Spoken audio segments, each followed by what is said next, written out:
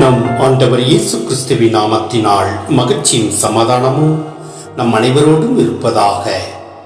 எசேக்கியேல் 7:10-14 முடிய. இதோ அந்த நாள், அது வந்துவிட்டது. கேடு காலம் நெருங்கிவிட்டது. அநீதி துளித்துவிட்டது. செருக்கு அரும்பிவிட்டது. வன்முறை கொடுமையின் கோலாக வளர்ந்துள்ளது. அவர்களோ, அவர்களது செழிப்போ அவர்களது செல்வமோ எதுவுமே தப்ப முடியாது. அவர்கள் யாருமே மேன்மையுடன் திகழ முடியாது. அந்நேரம் வந்துவிட்டது. அந்நாள் நெருங்கிவிட்டது. வாங்குவோர் மகிழ வேண்டாம், விற்போர் வருந்த வேண்டாம். ஏனெனில் அக்கூட்டத்தினர் அனைவருமே சினத்துக்கு இல்லாகிவிட்டனர். அவர்கள் இன்னும் உயிருடன் இருந்தால் கூட விற்றோர் விற்கப்பட்ட பொருளை மீண்டும் அடையவே முடியாது. ஏனெனில் அக்கூட்டத்தினர் அனைவரையும் பற்றிய இக்காட்சி மாறாது. அவர்கள் தீயவராய் இருப்பதால் எவரும் தம் உயிரை நிலைத்து செய்ய முடியாது.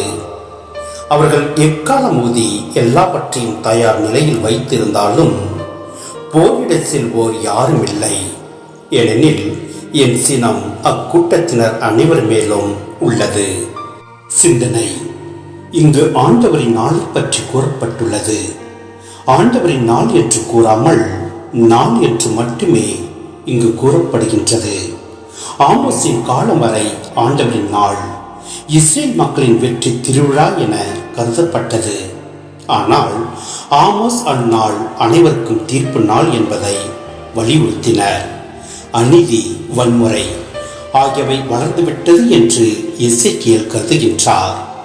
ஆம், இம்மனித குலத்தின் பாவங்கள் பெருகிவிட்ட காரணத்தால் நம் தந்தையானவர் தனது ஒரே மகனை இம்மண்ணுலகிற்கு பாவத்திலிருந்து மீட்க அனுப்பியுள்ளார் என்பதை நாம் அறிந்துள்ளோம்.